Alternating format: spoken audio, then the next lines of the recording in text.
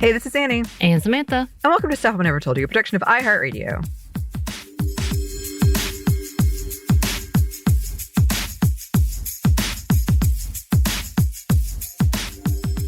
And we are back with another birthday edition, my birthday, of fictional feminists around the world. Oh, I'd put feminists in there. Fictional women around the world.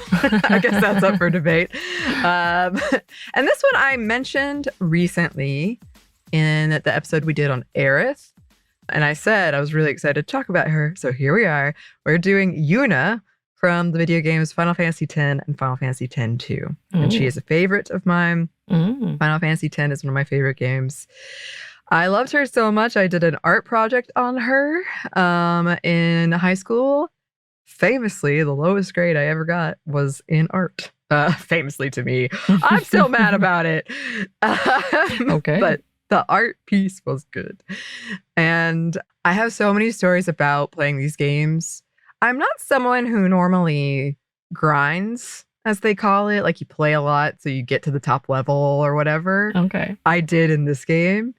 And one time, it was Christmas Eve, I remember, and I was trying to get this like ultimate weapon, and the odds of it were really, really low. It was a random thing, and you had to be a certain level. And I got it.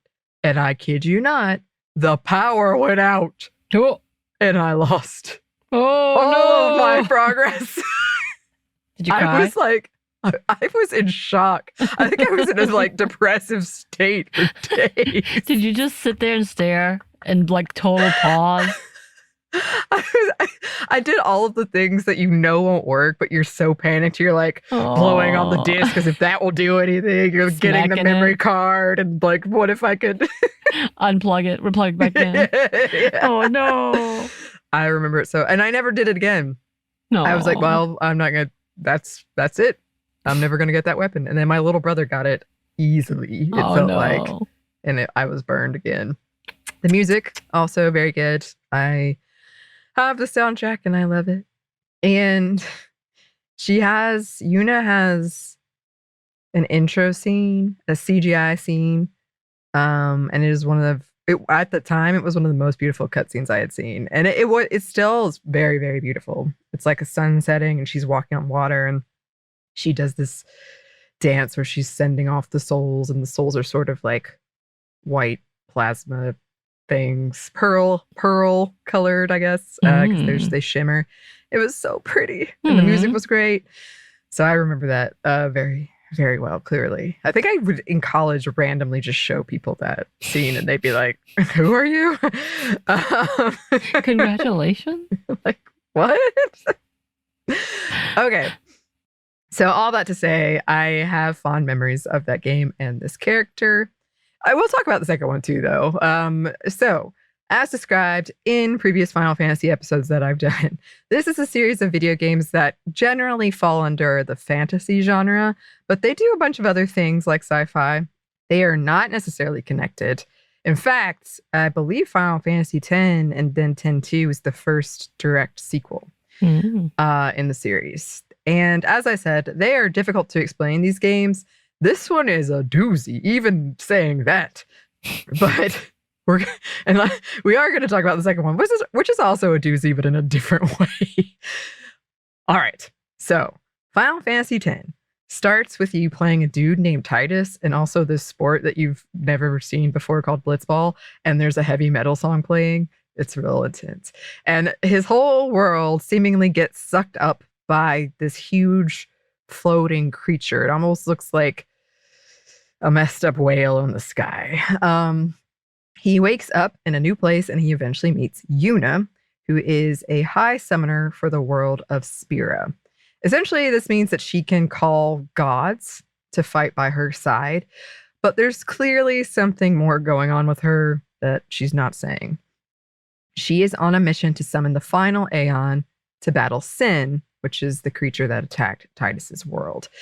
It is a pilgrimage many summoners undertake to basically put Sin in hibernation for a while. But then he wakes up and the cycle happens again. Titus agrees to travel with her and a group of others on her journey, which I cannot stress enough it is clear is a really, really important journey. You just don't know why. Yuna is a playable character and is the daughter of Summoner Braska and an unnamed Albed woman. The Albed are sort of seen as lower class people with technology. The technology is seen as kind of strange in this world. It's sort of like, what are you doing there? She has a heterochromia, like our past super producer Andrew. So she's got 2 different colored eyes. And it is supposed to represent her heritage. Her father went on the summoning journey to defeat Sin when she was a child with 2 people named Jecht and Oron, and you recognize Oron from that heavy metal scene I was talking about. Mm-hmm.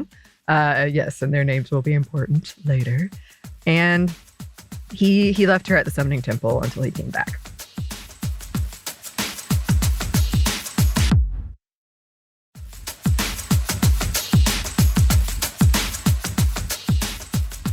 So they embark on this journey, and through it, Titus and Yuna grow closer. Yuna is definitely the healer of the group, but she's also the only one who can summon. She is kind and compassionate, a believer, self-sacrificing, determined, loyal, putting the needs of others before herself. And she hides her sadness and like the weight of what she's doing behind a happy facade. Titus and her become romantically involved. There's a whole kissing scene in the water and the ice. Ooh. And he starts pushing back against her beliefs, some of the things she believes. And through this, Yuna does start to question some stuff. Yuna is kidnapped by a rival blitzball team, which is basically like Quidditch but underwater. She escapes, and then the stadium is attacked by the new Maester of Yevon, Seymour. Yes, who summons an Aeon named Anima. And Yevon is sort of the belief system that Yuna follows. The party gets away, and Yuna records final farewells to her loved ones. More on that later. They are attacked once again by Sin, and Seymour pops up. Yuna is kidnapped again, but it turns out it was by her Albed cousin Riku. And then Riku joins the party and goes on this journey with you. Seymour proposes to Yuna. Through various coercions, she agrees to marry him. Basically, she wants to get him to turn himself in for all the evil he's done. She's kidnapped again. Oh, no. To be married to Seymour. And then Riku reveals to Titus that the final summoning to keep away Sin kills not just Sin, or just puts him into hibernation, but the summoner summoned him, meaning that Yuna will die at the end of this journey. Ruh-roh. Yeah. Titus and the party, they try to crash Yuna's wedding, but she is forced to go through with the ceremony. When Seymour threatens to kill her friend, she jumps off the temple, but summons an Aeon in midair and is caught. The party is put on trial for treason. Yuna escapes with a few others and wins in an Aeon battle. Aeon's like summon. All right, so faith shaken. Yuna goes on to be alone, but Titus finds her and apologizes for being so enthusiastic to beat the final summon when he didn't know what it would mean. He didn't know she would die. She says he makes her happy, and he attempts to convince her to stay with him and give up the pilgrimage. She turns him down, feeling a sense of duty too strongly. They kiss, and Titus promises he will stay by her side no matter what. More drama. It turns out Sin is Jecht, who is one of her father's past guardians on the last pilgrimage. And also, Titus's dad. Titus is actually a dream. Like literally, he is a dream of the faith to preserve the memory of a world destroyed. Titus accidentally learns Yuna is in love with him. It turns out Yuna's father chose Jecht to become Sin. And Jecht, yes, Titus's dad, who he's been looking for this whole time. Yuna refuses to sacrifice any of her friends, knowing they'll eventually become the new Sin, and breaks the cycle, declaring that the final summoning is a false tradition and rejecting the teachings of Yevon. Then, the only way to truly defeat Sin is to defeat the progenitor of the faith of Yevon and the faith that protects the dream of Xanarkand, the dream Titus is from. They defeat Sin/Jecht and Yevon, who is the progenitor, ending the cycle of violence. But oh no! This means that the dreamers wake up and Titus disappears. Oh no. As he's hugging Yuna, he fades away. Later, she is seen whistling for him because he taught her how to whistle. And he said, I will always come if I hear you whistle. And he does not come. She says the people and dreams lost should never be forgotten in a public address. Whew. Okay. So that's, yeah. Yep. That's the first one. This brings us to the second one, which I'm going to tell you is a total tonal turn. It was trying to be cool. You no longer found gold, you, quote, scored it. The music was very upbeat. And now they have this system called dress spheres, meaning that you'd use a dress sphere to change your outfit and get new abilities. So you could be like, oh, I want to be a witch. You'd use the witch dress sphere and you transform into a witch and you have new abilities. So the second one largely follows Yuna, main character. She joins the Gullwings, who are sphere hunters, with her cousin Riku and brooding Pain. Her name is Pain. Oh, okay. Yes. She kind of comes out of nowhere. It's to hunt these spheres down, especially in Yuna's case, spheres of Xanarkand, which is where Titus is from, and hoping to get any scrap of Titus. And so these spheres can like store memories or kind of like videos, stuff like that. She starts to have dreams of her and Titus being killed together. She falls into the far plane, which is basically where souls go, and meets a man named Shu Yen who looks like Titus. Then she hears Titus's whistle, and it helps her escape the far plane. Yuna connects with Lin, who's sort of a famous singer/summoner that cared for Shu Yen, and Lin reveals she wants to help put Shu Yen to rest. And with Yuna's help, both Shu Yen and Lin fade away. So they're supposed to be like, kind of like in The Mummy too, Samantha, the past lives, that are playing out again. Depending on what you've done, you can reunite with Titus, though they later realize that he could disappear at any time. And I cannot stress enough, there is a concert. There is a concert that you put on to sing, and like it's a pop beat. Perfect. I've been waiting for that. I had that song too. After all of this, Yuna struggles with guilt about the downfall of Yevon, especially when she encounters so many people who lived by it and don't know what to do now that it's gone. This game is really interesting in a lot of ways. I'm going to talk about some of them. But one of them is there's not like a main conflict necessarily, but you do have the new Yevonites, and I can't remember the name of the other, but they're like in conflict with each other, and Yuna in part feels guilty because of that. It is so different. It's so different than 10. And people were, including me, when you played, I was shocked. I was like, what? What? One of the reasons why this is because it marked a massive corporate shift that some people are still sore about. But it's also sort of like, well, you killed God in the last one, so Okay. Everything didn't just get better because you did that. Some things got worse. There are a lot of political factions that have their reasons. Yuna is not a queen or a leader on any grand scale. And reuniting with Titus is actually kind of seen as a bad thing. Like she can't let go of a ghost. This was fascinating. So to get Titus back, and it's a super short cutscene, you have to get 100% completion just to get it. You have to work really, really hard. And it always felt like the goal. That's what she wanted. She was looking for these spheres. And this was great when I was reading about this because I was like, oh, I didn't pick up on all of this. So here's a quote from Paste magazine. So much of the game is about Yuna moving on and finding a new sense of self outside of her role as a summoner, that to throw all that away in the true ending produces a sense of disquiet. To bring Titus back, you even have to say, yes, I still want this, to an NPC explicitly asking you, hey, Isn't this against every lesson you've learned?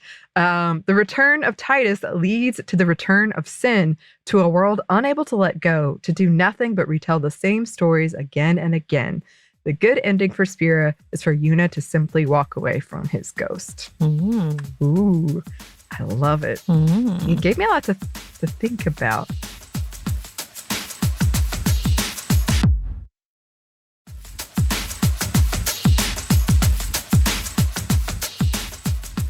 That game is also really, I haven't replayed it since I played it that first time. And to be clear, I didn't hate it. It was just it was a departure. It was a departure. And it did feel like it was trying too hard to me at the time. Like the whole, like, you scored this or whatever.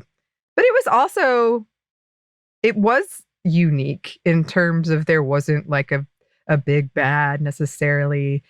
It was mostly women in your party.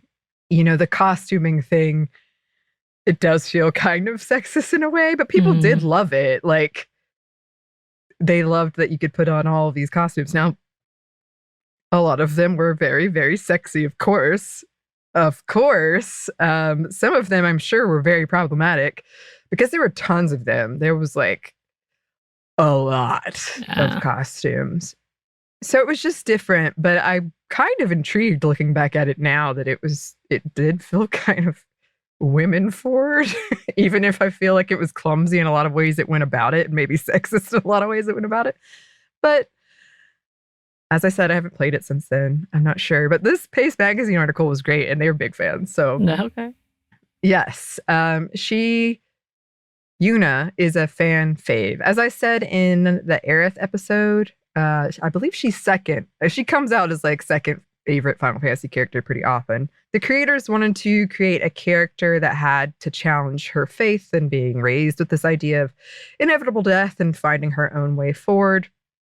There have been different characterizations of her. The creators have said since she was no longer burdened with being a summoner in the second one, and with the influence of her cousin, her attitude changed. And there was a lot of backlash to it, as I said. Basically that the costumes were too skimpy. Why is there singing? Now it's fashion and boyfriend based. And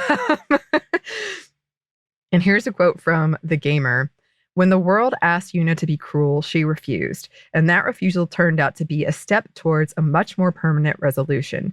To the me of middle school, constantly submerged in a stream of escalating violence portrayed as heroism of the strong female character, always having to be as combat proficient as Black Widow, Yuna was a unique story. She wasn't dismissed by the narrative as weak-willed or stupid for trying to be nice, nor did she die a martyr, even if she'd planned on it at first. She was kind, and she survived to see that kindness vindicated. At the end of everything she'd suffered to get to that point, Yuna's victory held an important lesson. Kindness is not a weakness. It was kindness that killed sin for good, the rejection of her sacrifice just for sacrifice's sake. Yuna was strong without sacrificing her gentleness. When I finished and really looked at the game, I recognized that she was strong because she's so kind. She bore the weight of the sendings and made the decision to become a summoner because she saw sorrow and wanted to ease it. Even knowing much of that decision was also rooted in following her father's legacy, the main driving force behind her decisions was deceptively simple. She just wanted to help people however she could. And that was honestly incredible.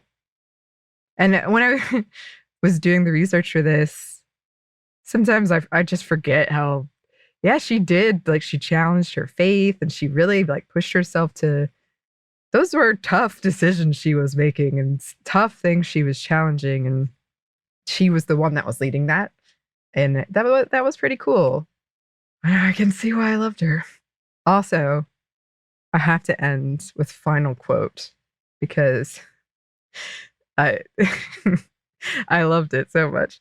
So this has nothing to do with Yuna really, but you know, some of these games, they're Japanese, so the dubs can be a little funny in how they turn out.